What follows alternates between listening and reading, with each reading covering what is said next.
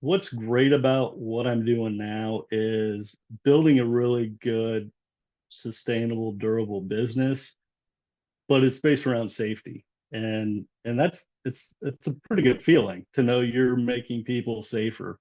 It's hard to measure people not getting hurt or people not dying on a job site, but but I know over time that we're going to have that impact as our volume and our scale goes up, that we're doing something to make people safer, and to be able to build a business around that is really rewarding. Hello, and welcome to the Elevator Careers Podcast, sponsored by the Allred Group. I am your host, Matt Allred. In this podcast, we talk to the people whose lives and careers are dedicated to the vertical transportation industry to inform and share lessons learned, building upon the foundation of those who have gone before to inspire the next generation of elevator careers. Today, our guest is Darrin Porch, founder and CEO of SafeRise LLC. Darrin founded SafeRise as a solution to safely address elevator installation issues throughout the U.S. and particularly around hoistway safety.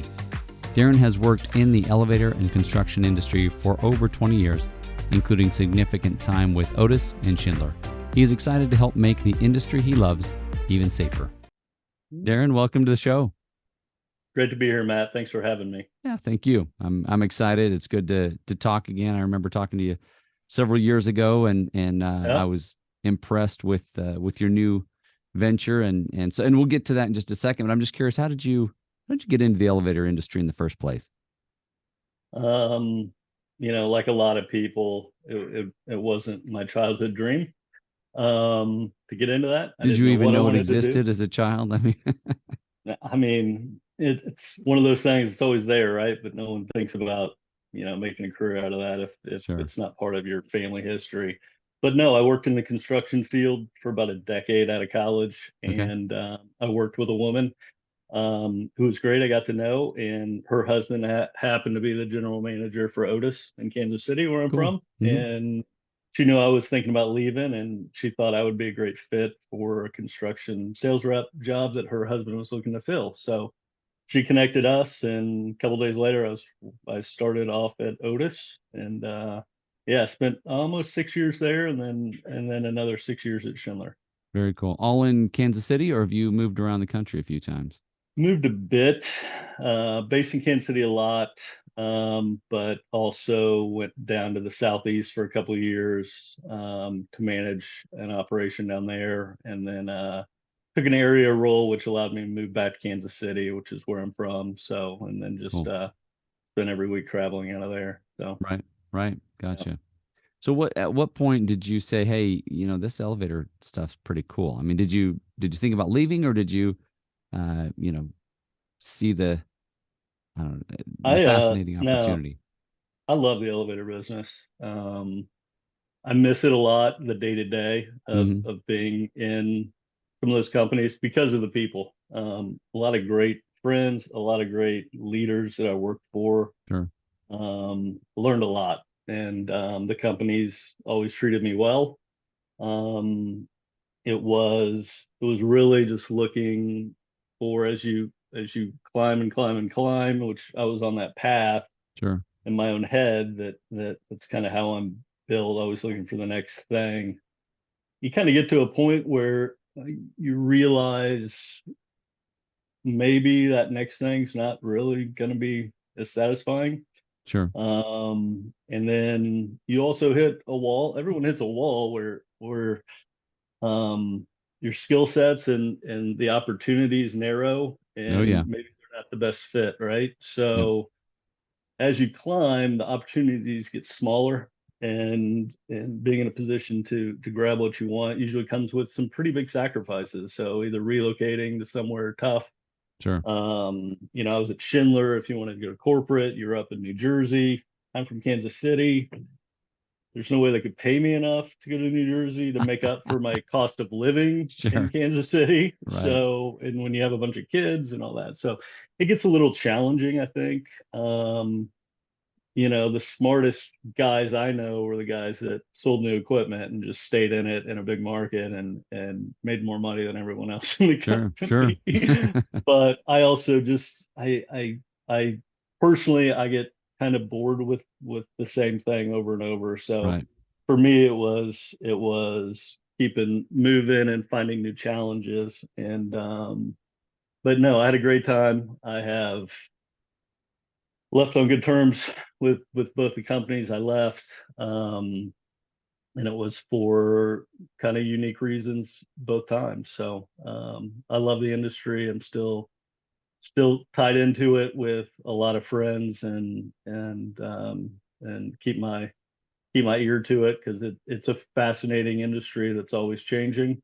Yeah, Sometimes yeah. I can't figure out what they're doing, but it's always interesting to watch. It's more interesting from the sidelines than being in the heart of it That is sometimes. funny. So That's funny. So yeah. I'm curious, what is it that makes, I just, I don't hear other people, say that, oh, I love the automotive industry, or, I don't know. I Hmm. hear the passion in your voice. I'm curious, what is it about the elevator industry that makes you love it so much?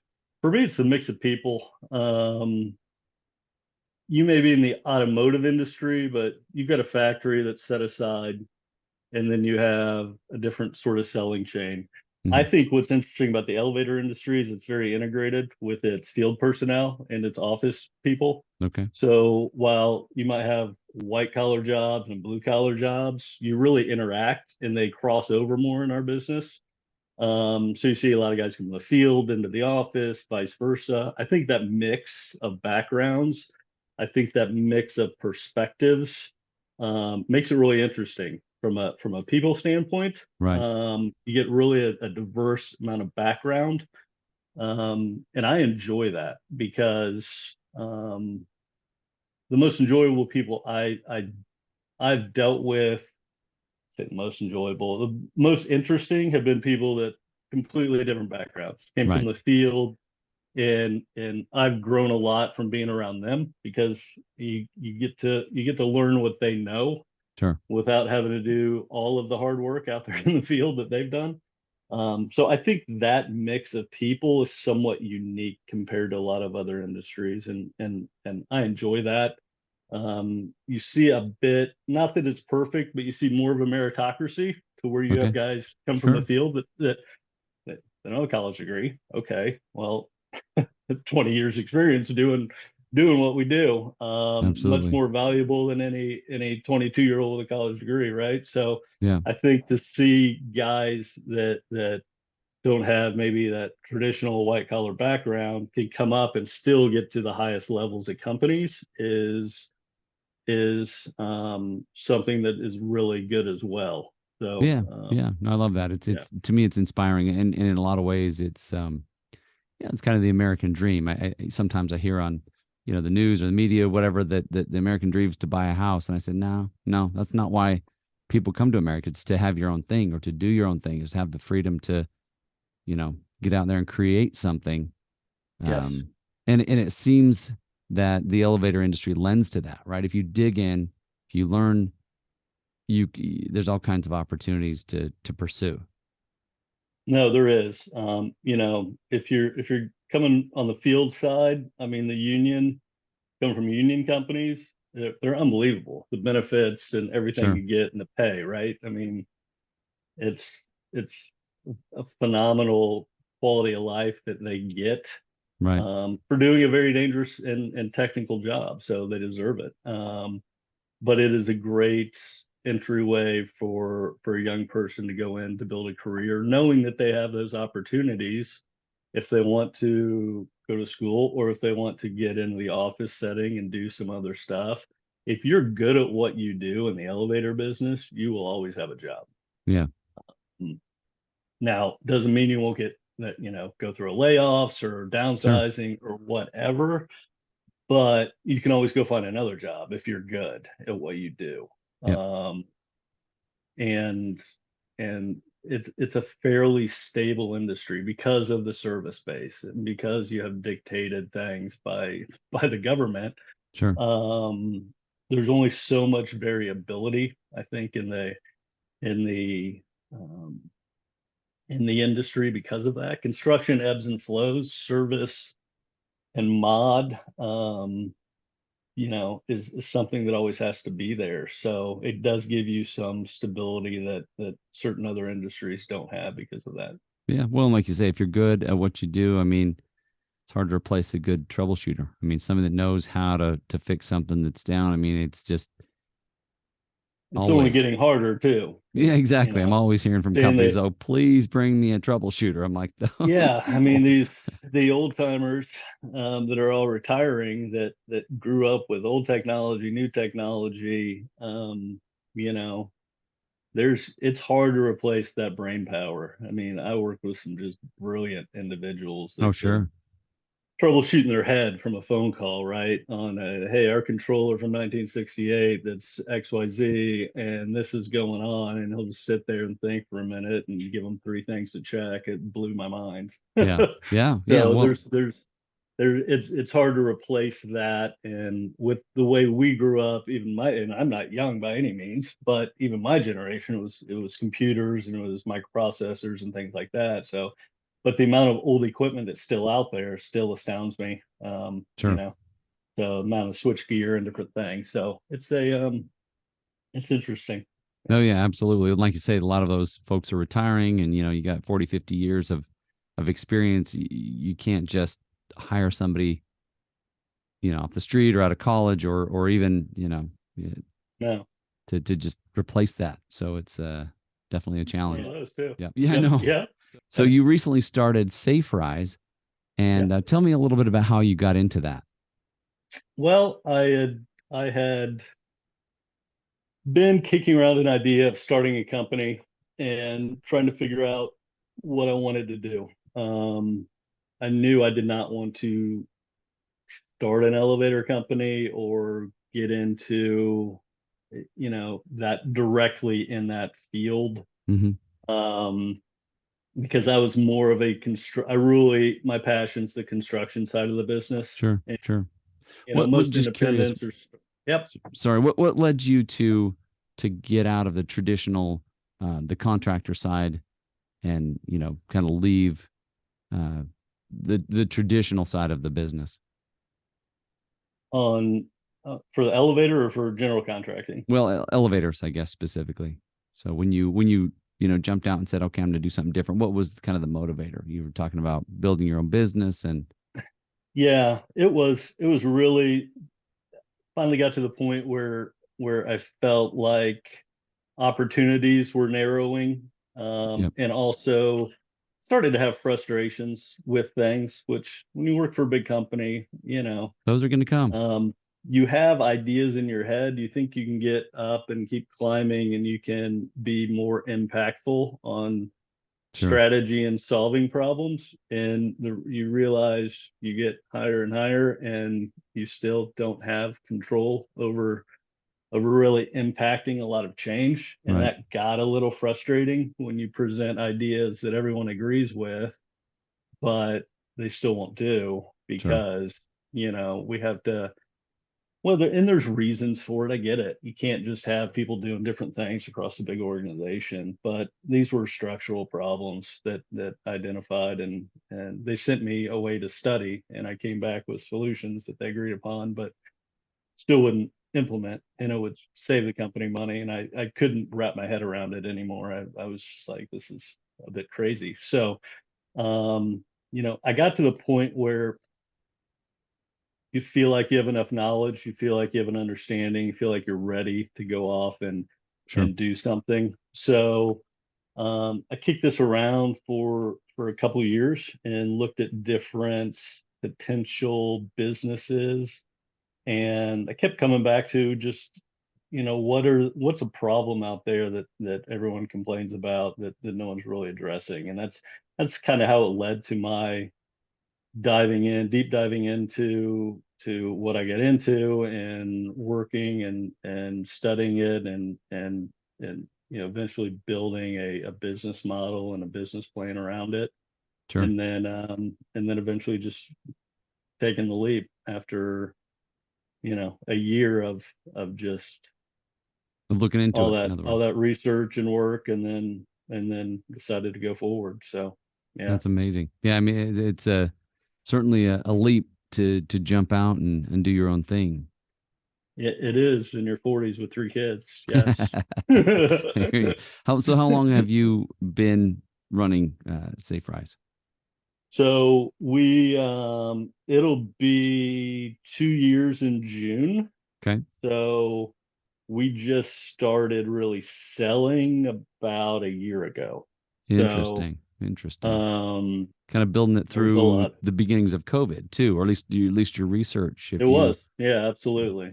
No, it was, and coming out of it. So, um, yeah, but yeah, so a lot of work up front, and then a lot of discussions with a lot of people, and surrounded myself with some really good people that I could rely on to bounce ideas off of, get input on to make sure I was really minimizing my downside and minimizing my risk if I was to do this, and really making sure that I was challenged on all my assumptions and the plan as a whole yeah, to make sure, there's no guarantee, but minimize that risk as much as possible, or kind of maximize chance for success cool. by telling people to find out why this isn't going to work, right? So Yeah. that was So my for those listeners that aren't even familiar with SafeRise, tell us what it is. Just what problem you're solving, and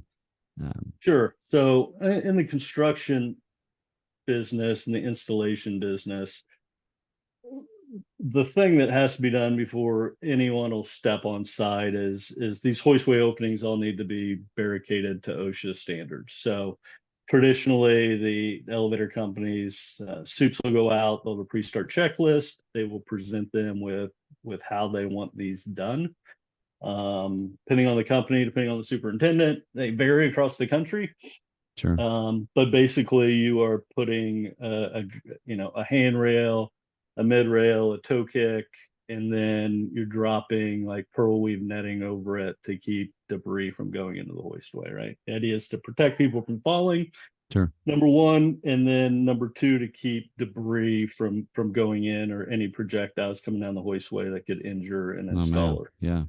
Right. So if you can imagine, even if you're not in the business, I show people what's out there, and they shake their heads that's even allowed. Sure. Is the problem is it's a construction site. People move Sure. stuff, they get moved, the netting gets ripped, moved out of the way, and if you're not constantly inspecting it and staying on top of it, you can have real risk on your job site, right? And Well, and you're not even really netting itself securing. is probably not super secure, right? If something got tossed or thrown, I mean, it could, I assume, just fly through It and can. It can, for sure. I mean, if it is totally secured and you're doing it, it would take something pretty strong to go through it. But the number of times that I've been on a job site where it is secured properly and everything's in place well is pretty rare. I mean, rare. I'm Wow. talking very, very rare. So typically it's just hanging down loose a Well, and lot. you've got And how many? then I mean, and then it's depending on the divided in the project, middle. Yeah, right? like a curtain. And so what if something Okay. shoots through the middle of it? I mean, Right. it's not going to hold a lot. Well, and you've got, So if you got a multi-story building and you got stops on every floor and you got banks of elevators, you're going to have multiple opportunities for something to be insecure, right? It might be good here right, and here, and but not here and here, or right. So so the key when you look at that problem is, number one, what are the things that the elevator companies want, right? And sure, these are it's two things. One, it's safety, right, obviously number one, they want their guys safe. But the other thing that goes in tandem with that is efficiency of the installation, right? right, So you have to have a product that is not going to impede. Best case, it helps efficiency okay, because they are squeezed tight on hours that they oh have sure, to install these things. It is a very competitive business. So they don't have a ton of extra time to do things. They want it simplified. They want to show up. They want consistency. And then they want to keep their guys safe. So absolutely, there's ways, guys are going to work in the hoistway. They need to tie off before they get themselves in a fall hazard. A lot of these two by situations don't really allow for it. Guys are pulling stuff away from the wall and then kind of leaning in and tying off. we designed a steel system, collapses down, Cool. that has a 4 foot wide door on it that's locked. So the elevator guys have a key, the general contractor has a key. Keeps everybody else out of the hoistway. Sure.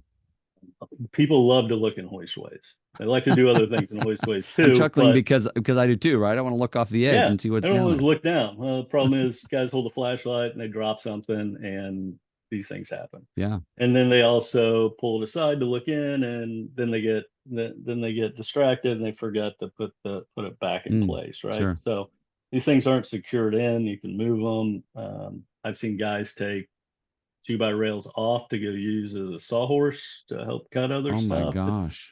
Yeah, it's pretty interesting. So um so addressing those two things for the elevator company is number one. Hmm. Um, the other thing from the business standpoint is the elevator companies don't want to do this. They don't want responsibility for it because number one, they need to be up prior to them coming to the job anyway. Sure. So they're like, general contractors should own this. They need to have it up as the building goes up. I agree 100%.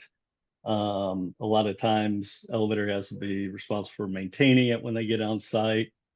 But aside from that, it's back on the GC. So my sale is creating the steel system that is rentable, Okay. that I can rent to general contractors directly, or Fascinating. certain general contractors have yards or they have internal rental companies for their companies, so they may want to purchase stock, Okay. which we do as well. Um, but to sell to the general contractor is a little different sell, right? So their pain points are we're building these things probably twice on a job. They Sure. throw up a barricade when concrete guys are done pouring, and then they have to rebuild the barricade to the elevator specs before they come on site. The good ones are working ahead and only doing it once, but a lot of guys aren't. Sure. So you're looking at double material, double time, and then all that waste because this stuff gets thrown away No, at the end sure. of the Once job. it's done, you're not going to use it again. Right. Yeah. But the ongoing problem is number one, it's a pain point between elevator guys and general contractors have notorious relationship issues. Oh, I'll, sure. I'll say that. So this is just one more pain point. Right. If we can eliminate that pain point at the start of a job to where there's a consistent solution everyone accepts and everyone is prepared for, Right. not only is it safer to have a consistent solution on a job, but it's one less thing to coordinate and have to deal with. Right. So we take that off the table. But for superintendents, really it is it's the ease of putting something in that they know will be accepted. And two, it eliminates their inspection and maintenance that they're having to do consistently on these jobs. Right. And it goes to the elevator guys too. If they're on a job and it's 12 stories, they show up in the morning, they have to go inspect each one of these openings because they Wow. don't know if all this stuff's in place, right? They want to be Sure. safe. And so they go and check it. Well, it's a lot of time to go Sure. 12 stories. Um, but if they know there's something that is secured in place, can't just be moved, is locked and secured, then their risk tremendously go down. Their need to inspect stuff constantly goes significantly down. So we take away that headache, and then the rebuilding of damage as well during construction goes away for the superintendents on the contractor side. So Absolutely. whenever I'm challenged by a project executive or a senior PM and they ask me about it, all I do is ask them to get their lead superintendent in the room. And I just sit back and let them talk about what a pain it is for them, Sure. the traditional methods. So for us, they're our best salespeople because they're the ones who manage it every day. They Yep. typically don't complain about it up the chain. So some guys don't realize what a problem it is. And then the other thing, that cost kind of gets buried in general conditions, right? So for Sure. them to understand actually what they're spending and the time they spend is part of the educational process when I'm talking with these contractors to really have them back into numbers to figure out what their true costs are Right. for this work already. And then talking to them about our offering and how we're competitive with those numbers. Yep. And you're going to raise the safety on your job. It's got all the secondary benefits, right? So no Sure. waste, all the waste goes away, all of that. Yep. But it also is really setting. And I was in New York City this past week with the big developer there, and he really liked it. And what he liked is, Darrin, this sends a message to the guys on the job site. Absolutely. Yeah. This is an engineered safety solution. Everyone sees it, everyone gets it. No one else really is Instantly, doing right? You this. you don't have to think very hard about, Yeah, it's okay. not technology, all the tech that's great for safety. It's all awesome. But a lot of times you don't see it. It's not a Sure. kind of a touch and feel thing. Anyone walks on the job site sends a message of safety. And that's another kind of one of the secondary benefits that is really there. So the response has been great. So but yeah, that's what we're doing. So, and to secure off those hoistways, and then we're partnering up. We're getting into other products now, perimeter Cool. edge protection around the outside of the buildings, debris netting that extends off high-rise buildings for falling material as well. Right. And then we're working on to be announced some prototypes on some other products, specifically for elevator shafts as well, to address one of the other big problems out there. But I'll save that for another day. Very cool. Yeah, yeah. For next time, right? So what Yeah, what would you say is your overall mission? What do you want to accomplish and solve, if you will? sure. I mean, what's great about what I'm doing now is building a really good, sustainable, durable business, but it's based around safety. Sure. And it's a pretty good feeling to know you're making people safer. It's hard to measure people not getting hurt or people not dying on a job site, Right, right. but I know over time that we're going to have that impact as our volume and our scale goes up, that we're doing something to make people safer, and to be able to build a business around that is really rewarding, and is a lot of fun as well. So I still get to interact with my elevator guys. I get to interact with general contractors. People are shocked that I like doing that. Most people can't stand that, but I enjoy it. Very cool. And Yeah, it's a lot of fun. So really building a durable business. Going to start, being able to hire more people and do some things in the next year. And for me, it's building a company with the best people, and really giving them the ability to do really well. And Right. I've always had an idea of a type of company I want to be in, just based on my own history of different things. Um, is really being able to have um, great, not only pay and all that, but benefits, and being able to really take care of people and put them at the forefront of what we're doing, Right. and Yeah. um, and really build a really enjoyable place to work where, my goal is to hire experienced people that know the business well, that can operate really independently, Right. because we're going to be scattered about the country. We're Oh, already all over absolutely. the country. Yeah. I- So having the right people, and people I enjoy being with, people that can make us better as we continue to grow and expand in what we're doing in our offerings. Yeah, is really exciting.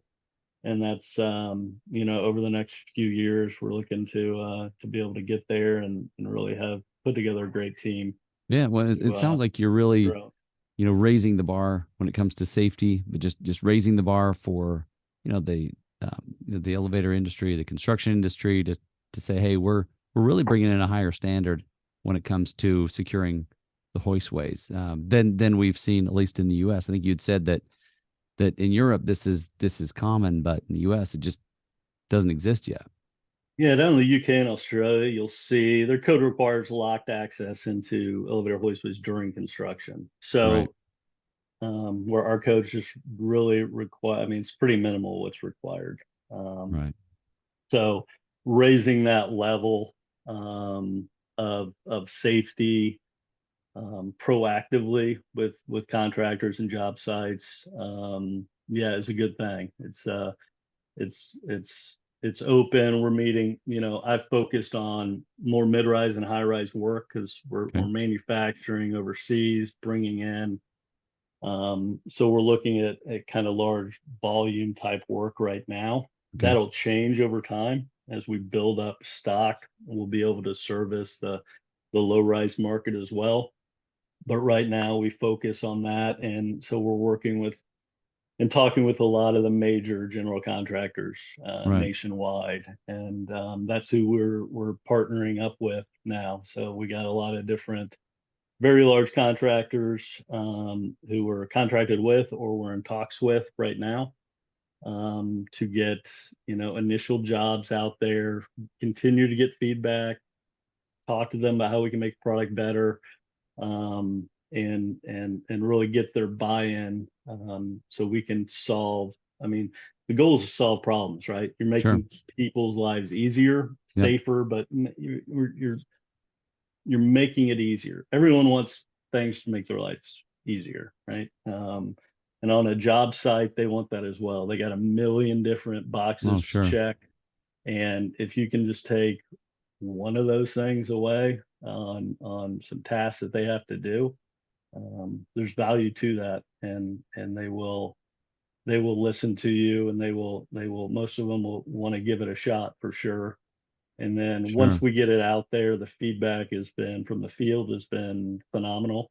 Good. Um, so feel pretty confident. The more we get it out there, it's starting to snowball a bit already.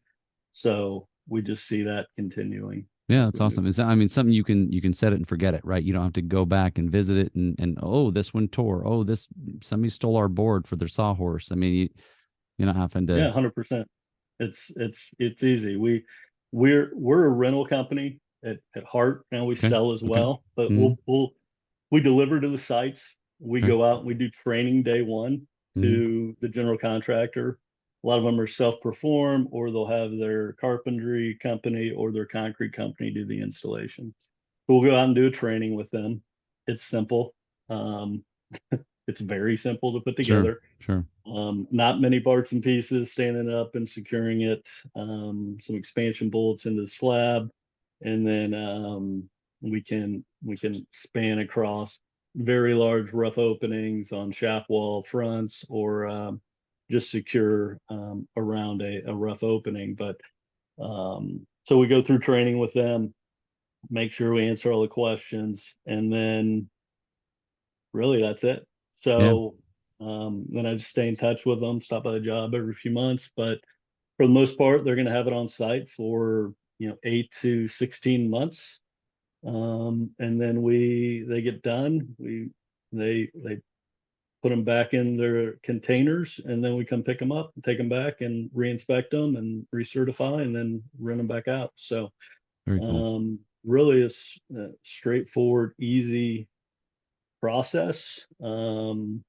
It's just getting people educated and getting it out there as a new solution, right? Yeah. So I mean, it sounds like you're that's creating the demand for something that wasn't there, but to your point, there's been a lot of pain around it, and so hey, let's you know yeah, create the demand just by yeah, creating the product, and there it is.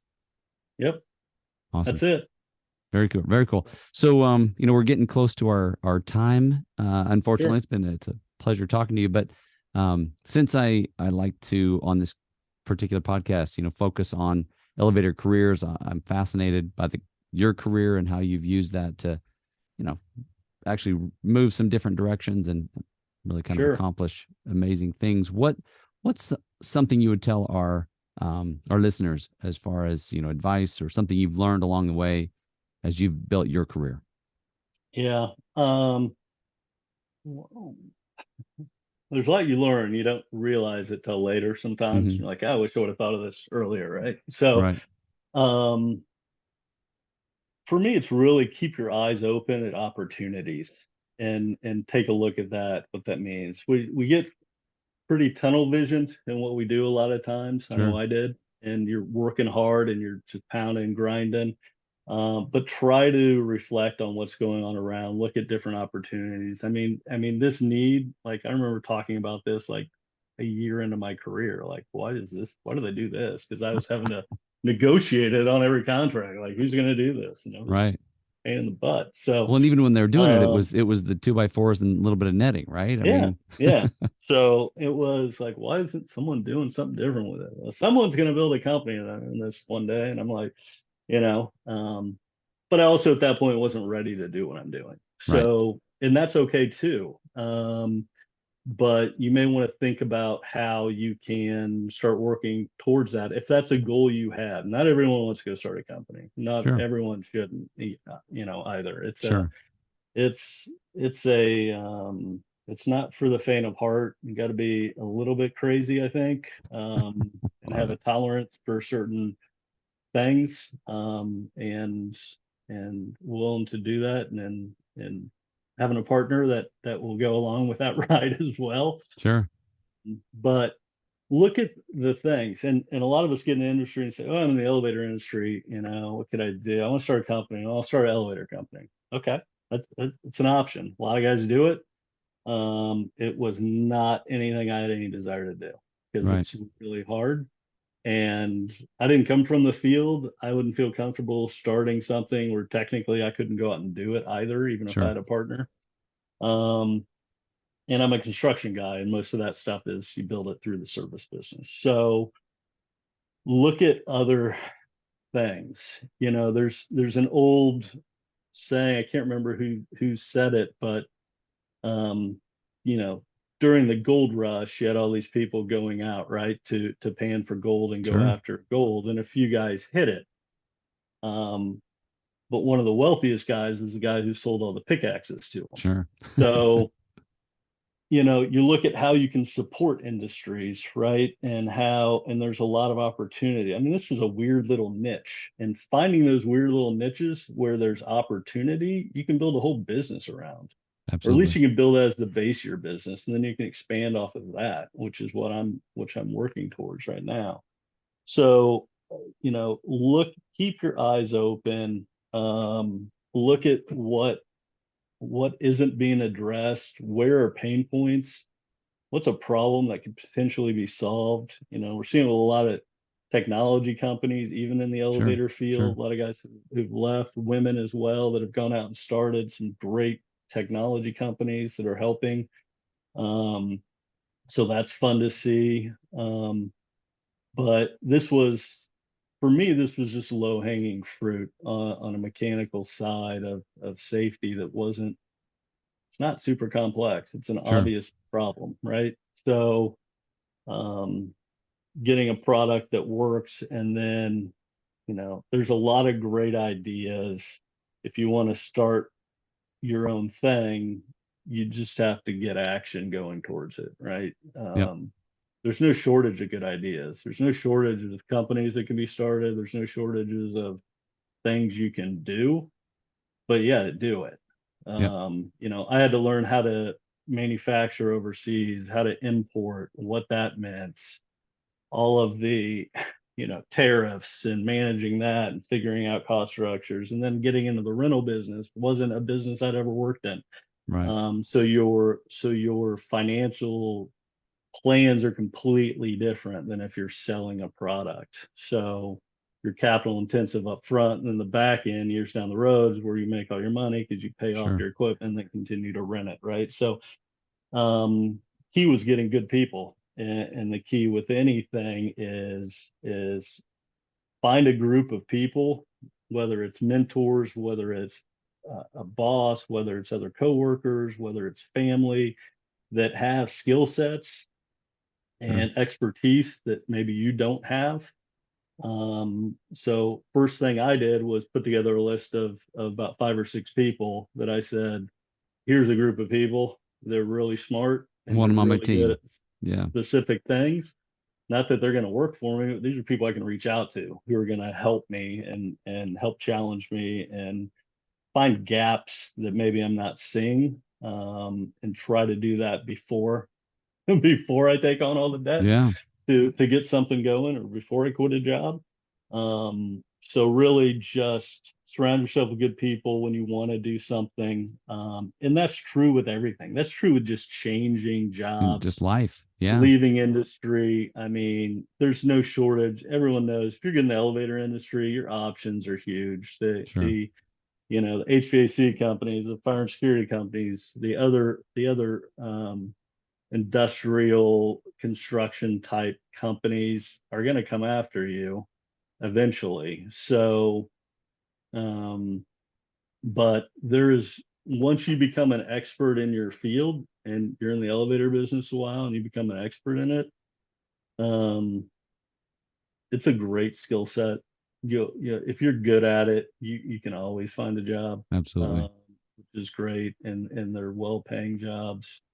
But there are a lot of opportunities. So if you want to do it, you just need to think about it, find find the needs, find out where there are pain points, and then see if you can build a business around it and start working on it on the side and just putting together, researching it and putting it all together. And there's nothing Nothing holding you really back, I guess, at that nothing point. holding you back if you want to do it. There's ways to figure out the money, there's ways to figure out all sorts of things to do it. You just have to want to do it. And that's the most important thing for anyone wanting to start a company. You better want to do it because you're Oh, going to be living absolutely. it. Yeah. You don't just leave it at work when you come home. That's so true. It's with you all the time, Yeah. more than you want at times. But for me, I've never been happier. It's been a blast. I enjoy doing it every day because I have a passion for it and I have control over what we do. And what's funny is when you start a company and you have a plan, you think you know how things are going to go. That's the one thing you're going to learn is you don't. The market's going to direct you, and but the good thing is you're agile when it's Sure. just you. Yeah. You can make changes. That company that I was going to rent, and I'm like, I'm just renting. And big general contractors like, we like it, we want to buy it, we want to stock it. And I'm like, well, I'm just rent. No, we want to buy it. I'm like, well, do the numbers. I'm like, yeah, you can buy it. Here's the price. And Right. they're like, yeah, we'll buy it. And I'm like, oh, that's great. That'll help finance my company. And so there's always just be ready for that. But that's the fun part. I said earlier, I don't like getting bored with things. I'm never, while I'm just selling this or renting this gate system, barricade system, it is the business itself is pretty dynamic for just what I'm doing. That it's Absolutely. Yeah. always new challenges and changes, and how do we scale up? Things are going good now. How we go to next levels and all that. So it's a lot of fun, and yeah, I'm Yeah. loving it. It So sounds very rewarding. Like you say, you're able to create your own thing, and so thank you for being on today and just sure, sharing your new venture and your little bit about your career. And it's wish a you the best pleasure. as you continue to build your business. Thanks, Matt. Same for you. Congrats on the podcast, and I wish you all the best as well. Thank you. Great. Appreciate it. Bye. Thanks. Thank you for listening to the Elevator Careers Podcast, sponsored by the Allred Group, a leader in elevator industry recruiting. You can check us out online at elevatorcareers.net. Please subscribe, and until next time, stay safe.